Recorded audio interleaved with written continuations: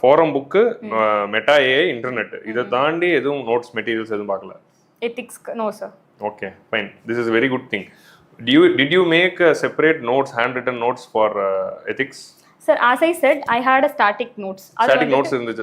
Prabhakaran sir இருந்தது, நீங்களும் ஒன்னு எடுத்தீங்க. என்னோட நோட்ஸ் எப்படினா சார் A3 சைஸ் பேப்பர் இருக்கும் இல்லையா சார்? A3 அதுல ரெண்டு பேப்பர்ல என்னோட எத்திக்ஸ் நோட்ஸ் நான் எடுத்து வச்சிருந்தேன். ஒரு A3ல ரெண்டு பேப்பர்ல முடிஞ்சிருச்சு. ரெண்டு பேப்பர்ல நான் so that you can revise quickly. Yeah.